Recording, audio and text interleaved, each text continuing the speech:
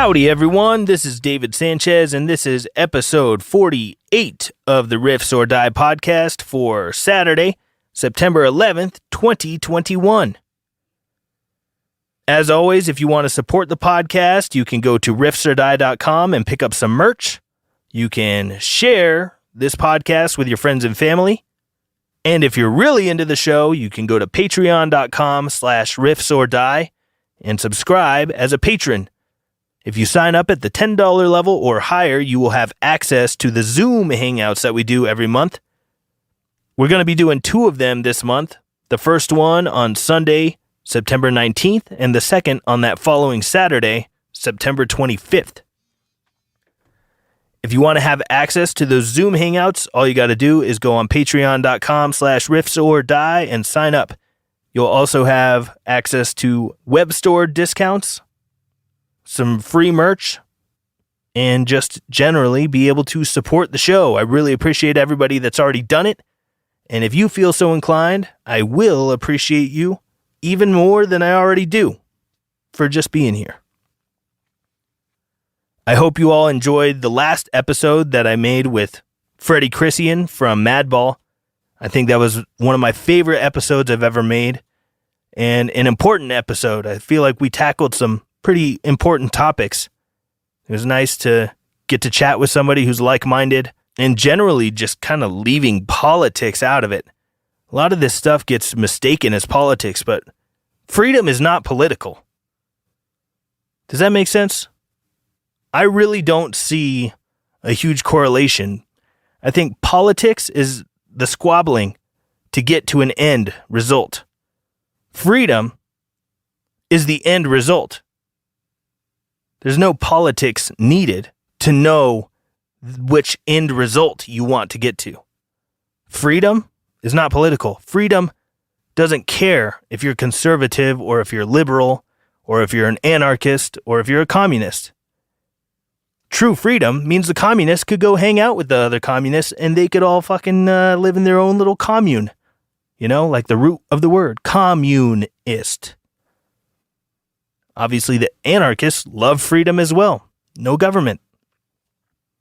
And for everyone else in between, the solution to many of our woes is, drumroll please, freedom.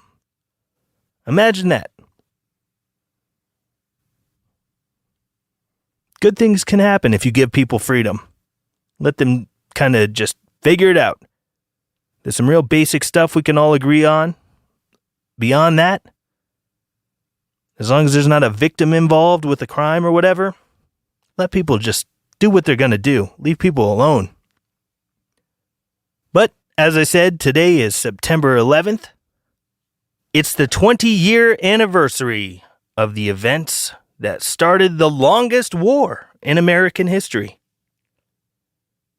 What did we get from 9/11? We got the TSA, mandatory shoe removal at the airports, the Patriot Act, a whole lot of dead people, and a whole lot of money spent on the war machine. The end result of 9/11 kind of came to a head the other day, didn't it? When the U.S. military tucked its tail and ran out of Afghanistan from the Taliban. But it's okay. We left the Taliban like $85 billion worth of U.S. military equipment, including helicopters, tanks, trucks, rocket launchers, guns, ammunition, all that good stuff. Yay! That's American tax dollars hard at work. You know, when you look at our exit from that country, keep in mind we still have hundreds of Americans over there. We just fucking left them. They prioritized getting Afghani citizens out before Americans. And with that fact, and lots of other facts, you sit here and you scratch your head and you wonder, like, what the fuck are they doing? This doesn't make any sense. This is so illogical. And I agree. When you're looking at it through the lens of the government acts in the best interest of the American people. Of course. That's what they're there to do, right? When you look at it through that lens, nothing that they're doing makes any sense at all. Leaving the weapons behind, prioritizing the evacuation of other people before they get Americans out. All of the things that we're doing here at home as far as COVID restrictions and all that kind of bullshit. None of it makes any sense until you realize that their actual goal is to destroy the United States of America. When you start looking at it through the lens of they're trying to destroy this country, then everything they're doing makes perfect sense. Everything they're doing appears like a good move. Like, hell yeah, why wouldn't you do that? You're trying to destroy America. That's a good move right there if you're trying to destroy the country. At this point, with all of the crazy bullshit that's happening, it's become more and more clear to me, and it's my opinion. You don't have to share this opinion. If you do, great. If you don't, that's great too. Big believer in freedom of choice here, and freedom of expression. But for me, it makes the most sense that they're actively trying to destroy this country. And that's why you see all of these things that are happening at the same time. It's not because they're inept. It's not because they're not capable of doing the job right. It's not because they're stupid. It's because they're literally trying to do things against the best interest of this country and this country's citizens. When you look at it through that perspective, it all makes way more sense. What do you think about that? I got a little bit of extra ammunition here to go along with my idea that they're trying to actively destroy this country. Here's a news story that got swept under the rug. This came out a couple days ago. The National Archives and Records Administration placed a quote-unquote harmful content warning on the Constitution, labeling the governing document of the United States as quote-unquote harmful or difficult to view. The warning applies to all documents across the archive's cataloged website, including the Bill of Rights and the Declaration of Independence. You got that? The founding documents of the United States of America are harmful, dangerous ideas. You know, that Bill of Rights that tells you have the freedom of speech, freedom to practice religion, freedom to assemble, the right to remain silent, not incriminate yourself, the right to bear arms, the right to not have to house soldiers inside of your house, the right to not be searched without a warrant. All of those things are very harmful. Now, when I heard this, I thought, holy shit, there's no way that's real. That can't be real. That's too crazy. Well, I looked it up and went straight to archives.gov to look at the Bill of Rights and the Constitution, Declaration of Independence. And yes, sure as shit, they have, right here I'm looking at it, reading straight off the page from catalog.archives.gov. This is the page that has the Bill of Rights on it. It says, harmful language alert. See the NARA's statement on potentially harmful language. And that's a link. And I click on it, and it takes me to another page, and it says right here, this is on the National Archives website, okay? It says, the catalog and web pages of the National Archives and Records Administration provide access to many millions of descriptions and digital copies of the permanent records of the United States federal government. The catalog and web pages contain some content that may be harmful or difficult to view. NARA's records span the history of the United States, and it is our charge to preserve and make available these historical records. As a result, some of the materials presented here may reflect outdated, biased, offensive, and possibly violent views and opinions. In addition, some of the materials may relate to violent or graphic events and are preserved for their historical significance. The National Archives is committed to working with staff, communities, and peer institutions to assess and update descriptions that are harmful and to establish standards and policies to prevent future harmful language in staff-generated descriptions. Wow. Here we are, Ministry of Truth, 1984. We're there, folks.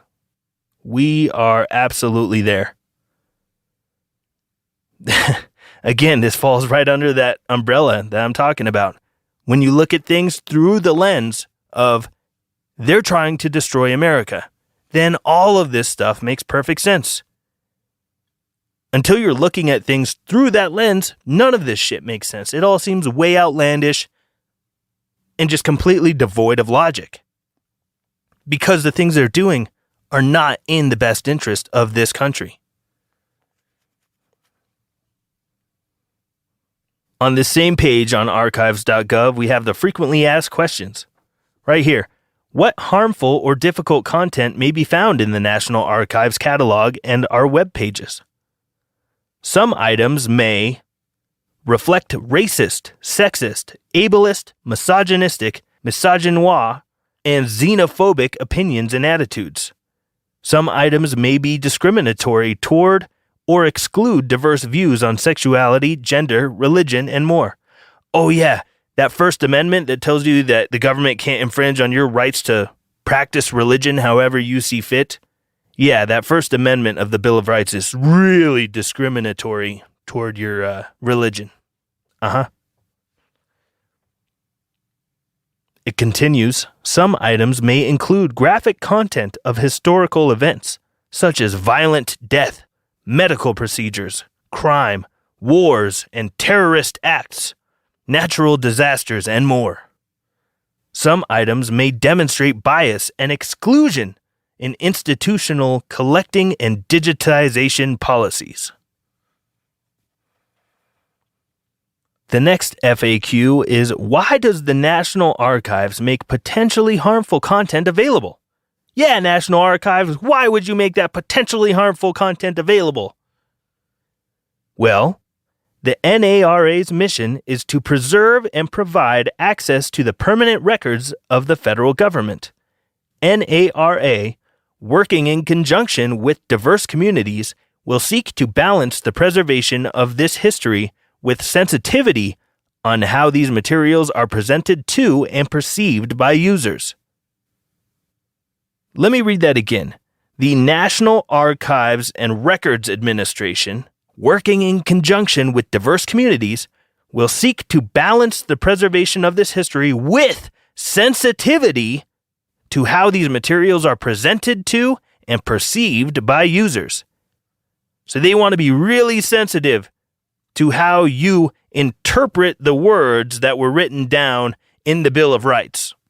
They want to be really sensitive to how the Bill of Rights and the Constitution and Declaration of Independence are presented to you and how they are perceived by you. God forbid somebody just reads the documents for themselves. Oh no, we can't have that happen.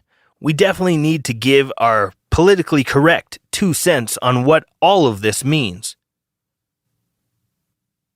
You know, maybe this is why they stopped teaching kids how to read and write in cursive in schools. Huh? What do you think? You think it might have something to do with that? So that kids will grow up and not be able to even read the Declaration of Independence, the Constitution, and the Bill of Rights? Maybe. I don't know. I wish I was joking about this, but it's not a joke. It's real. This is, again, what our tax dollars in the U.S. are going towards adding harmful content warnings to the Bill of fucking Rights. What a disgrace. What a joke. It sounds like a joke. It doesn't even sound real, but there it is. It is real. You can look it up for yourself. You don't have to just listen to me and trust me. I'll put a link to this stuff in the description for this episode, so if you want to research it for yourself, knock yourself out. It'll be one click away. We're under attack. I've written about this in songs, and it's not a joke, man. We really are under attack. Our freedom is completely under attack. The more and more that people just roll along with all this stuff, the worse it's going to get. The earlier we take a stand against tyranny, the easier it will be for freedom to actually win.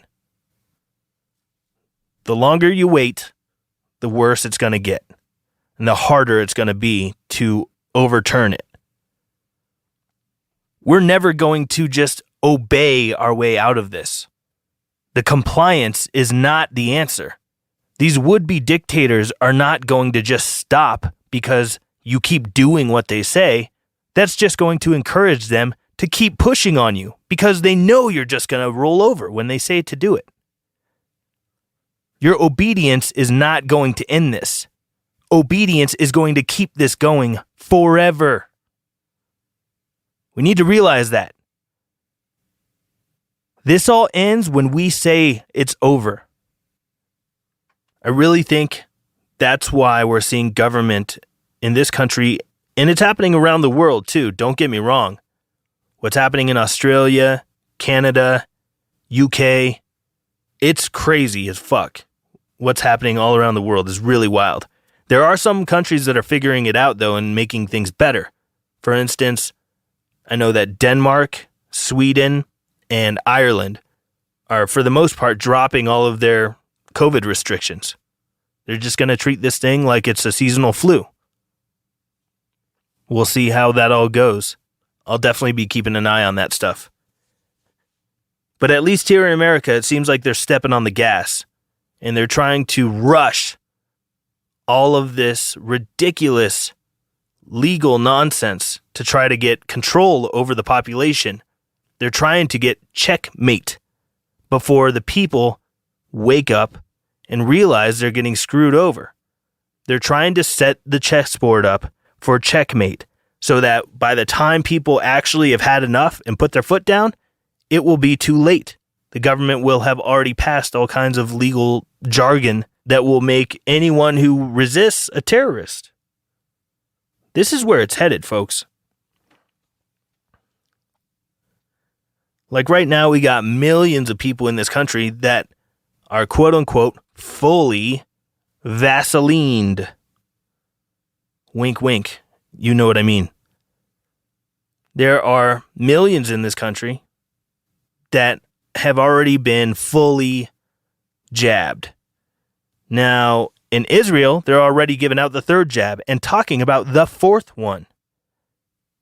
I believe there are millions of people in America that will not want to go get the third one.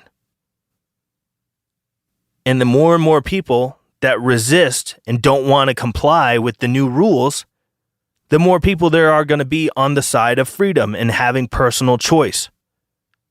But like I said, I believe the government is stepping on the gas trying to set up the chessboard into a situation where it's checkmate and they win. And the checkmate is the digital Vaseline passport. The checkmate for government is the digital passport. Once they get that implemented and accepted everywhere, it's over. That's the end of your freedom forever. People don't understand this. They're acting like, well, I needed to get a vaccine to go to Brazil. Well, I needed a vaccine to go to school when I was a kid. Yeah, you needed it to go to school. You needed it to go to Brazil. What they're talking about right now is you're going to need it to go to the grocery store, to go to a restaurant, to go to a bar, to go to a concert, to go to a movie theater. Soon enough, they'll start fucking barring you from national parks. You can't go to the museum. You can't go to the Smithsonian. You can't go to amusement parks. Fuck, if we let them do everything they want to do, I wouldn't be shocked if it got to a point, just hypothetically, if we really gave them all the power that they desire, you wouldn't be able to leave your fucking house. You wouldn't be able to go on the sidewalk or go for a walk around the lake in your neighborhood or whatever, unless you had the fucking proof that you got the experimental medical injection. If we let them have the power that they want to have, that's how fucked up it would get. This is not about travel. This is not about your health. This is about control over every aspect of human life. I don't know what it's going to take for people to understand that. The digital Vaseline passport is the end of human liberty forever. If we let that happen, it's done. Do you want to be free or do you want to be a slave? It really comes down to that. It's really that simple. Personally, I don't care. If people want to go get poked or not with an experimental medicine, knock yourself out. I don't care. Freedom of choice. Believe it or not, I actually believe in that. Freedom. Whoa, what a concept. I don't believe in dictating to others what they have to do with their own body. It seems a little ridiculous. Seems a little fucking psychotic. Not into that. So honestly, I don't care. If people want to get the shot or not, knock yourself out. What I have a huge problem with is trying to mandate that other people get the shot or trying to ban people from entering certain places or certain activities because they didn't get it. That's where I have a huge fucking problem. And of course, a couple days ago, the puppet of the United States of America got on stage and discussed his new rules. 6-point plan. Dog-faced pony soldier. I'm going to get you to roll up your sleeve and I'm going to inject you with an ice cream cone. Is it just me or is Joe Biden kind of like Dr. Steve Brule? But he's not really playing a character. That's just really what the guy is like. But yeah, this president that we have here at the moment, clearly taking orders from someone else. I mean, in press conferences, he's like, oh, they instructed me to not call on this person. Oh, they instructed me to not answer that question. Oh, they instructed me to call on this reporter from NBC. Who the fuck is instructing him? Who is in control of the president? That's a question I would like to see asked. Who is bossing you around? But of course, we won't get that question answered. Who knows if we'll even get that question asked. Politics is all a game. At the end of the day, no matter which quote-unquote side you vote for, you wind up with very similar results. The same people are running the show, whether it's a guy with a blue tie or a guy with a red tie running the country. I say that very sarcastically, running the country. These people ain't running shit. You think Joe Biden's fucking running anything? The dude barely knows where he is. And here he is mandating all this tyrannical bullshit. Remember when people thought Donald Trump was Hitler incarnate? Remember when they thought Donald Trump was a tyrant, a dictator? And those same people have fucking nothing to say about this guy? Holy shit. There's one clip that I thought was really interesting from Biden's little talk that he gave. This is really crazy to me. Check it out. This was in Biden's speech about mandating jabs for companies that have over 100 employees and mandating it for federal workers and this, that, and the other. But Congress, elected officials that work in Congress and shit, they're exempt from the rule. They don't have to get it, but everybody else does. Because it's rules for thee, but not for me. Anyway, check out this quote. This is from Sleepy Joe B. If they'll not help, if these governors won't help us beat the pandemic, I will use my power as president to get them out of the way. Let's play that one more time. Listen carefully to what he says. If they'll not help, if these governors won't help us beat the pandemic, I'll use my power as president to get them out of the way. If these governors won't help us beat the pandemic, I'll use my presidential power to get them out of the way. That sounds like an open threat to me. You'll get governors out of the way? What are you talking about? Also, if they won't help beat the pandemic, what are you talking about? We're going to beat the pandemic by injecting everybody? Whatever happened to control groups in medical experimentation? Remember that? How you need a control group to make sure that the medicine you're using is actually doing something? You got to have people that didn't take it to compare. Right? Yeah, but fuck that. Fuck the science.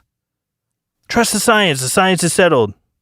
I mean, it's not settled, but, you know, if you're going to listen to anyone other than government scientists, fuck you, they're a conspiracy theorist. What a joke. But not only that, we're not going to beat this thing by poking everybody with this needle. Even mainstream articles now are talking about how herd immunity through vaccination is mythical. I believe it was NBC. They said it is a myth. Herd immunity through vaccination is mythical. Never going to happen. And if you look at data from around the world, from Israel, from Gibraltar, from Iceland, and all over the place, if you look at the charts, the case count of COVID goes through the roof as soon as the Vaseline's rolled out. Now, what does that mean? I don't know, but the data is showing very clearly that as soon as the Vaselines came out, the cases just took off like crazy. Way more people were catching COVID after they released the jabs. This is not my opinion. This is facts. You can look this shit up for yourself. So what are we doing here? Poke everyone. You can still catch the disease. You can still pass it to other people.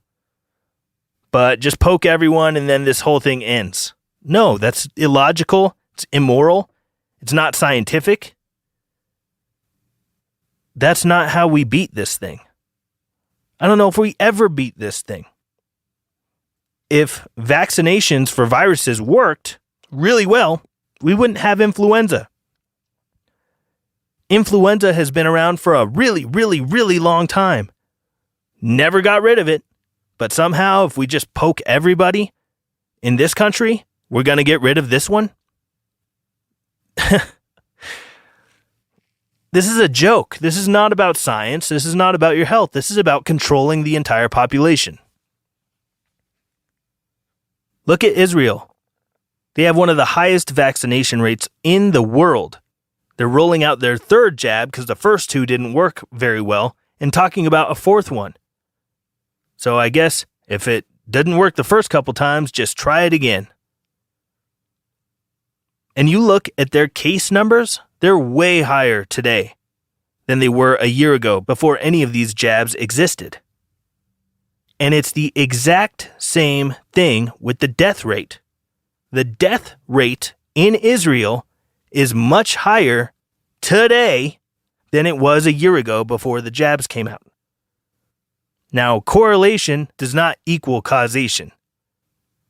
But I find that real interesting.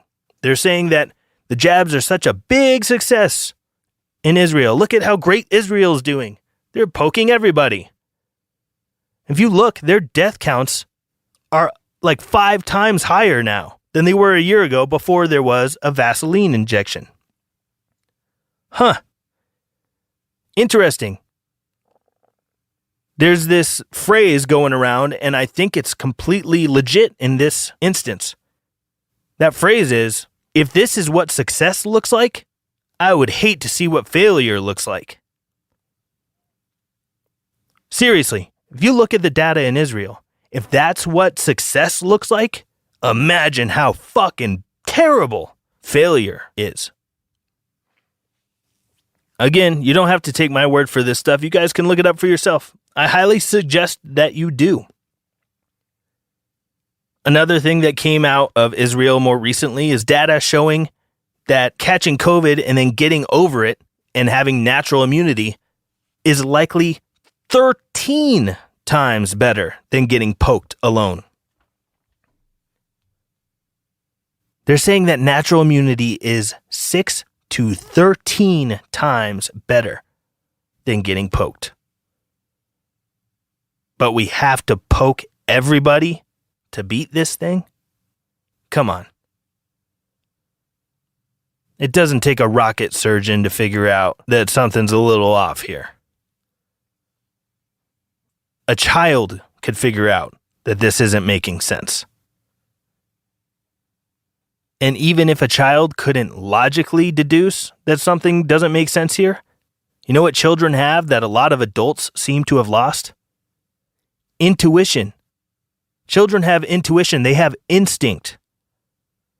We have that stuff for a reason. It helps keep us here. It's about survival. When your gut bacteria gets all fucked up from fluoride and GMO foods and pesticides and all kinds of other toxic shit, it fucks up your intuition, your gut feeling, that everyone talks about, your gut. Trust your gut, listen to your gut. Your gut feeling doesn't really work right anymore when it's all fucked up from chemicals. Maybe that's why. Maybe there's something to that. But this is where we're at.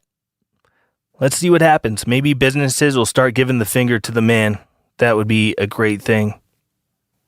And by the way, those studies coming out of Israel showing that natural immunity is possibly up to 13 times better than getting poked, that's not even like fringe independent media at this point. That was posted up by Bloomberg.